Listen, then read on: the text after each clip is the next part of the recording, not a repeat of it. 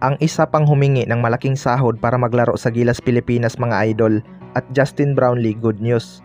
Bago yan mga idol, kung ngayon ka pa lang sa ating channel ay mag-subscribe ka na at i-click na rin ang notification bell for more basketball updates.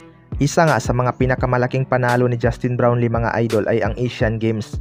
History nga ang kanyang binasag dito at mga powerhouse team pa ang kanyang tinalo. Kung gaano ka-dominant sa PBA itong si Justin Brownlee, ganun pa rin siya pagdating sa international tournament. Una nga ay noong SEA Games mga idol. Napabilib niya nga ang mga tao matapos siyang mangako na babawiin ang gold medal. Good news nga para kay Justin Brownlee dahil sinabi ni Boss Al Francis Chua na siya ang perfect naturalized player ng ating national team at alam na alam daw ni Justin Brownlee laruin ang basketball. Kaya niya nga daw pagalingin ang kanyang mga teammate dahil isang ang team player itong si Justin Brownlee. Napahiya pa nga si Tracy McGrady sa kanyang pagkampi sa China dahil sa pinakitang magic ni Justin Brownlee.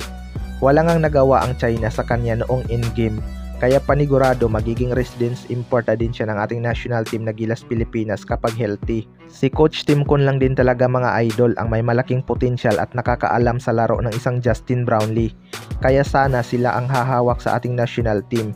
Samantala sa ibang balita naman mga idol, ang isa pang player na humihingi ng malaking sahod para maglaro sa ating national team. Naging controversial nga ang naging pahayag ng Gilas Team Manager Boss Al Francis Chua at SBP Vice President Ricky Vargas na di umano may mga player na humihingi ng malaking sahod para mag-represent sa ating bansa. Maraming ang nagsasabi na si Mikey Williams ang isa dito dahil noon pa lang sa TNT ay sahod talaga ang nagiging issue kaya nagkakaproblema sila na papirmahin ito ng kontrata. Matatandaan din na number 1 sana ito sa listahan ni Coach Tim Con pero wala nga tayong nakita na Mikey Williams. Mukhang nasa 4 na player nga ito mga idol pero 2 lang ang nabanggit nila sa press conference. Kaya marami pa rin napapaisip kung sino yung isa. Wala nga tayong clue kung sino pa yung isa, tanging mga insider pa lang ang nakakaalam at baka hindi na rin nila ilalabas ang mga pangalan nito para hindi na rin sila masira sa mga Pinoy. Pero marami pa rin hindi sumang-ayon dito mga idol na pira muna bago laro.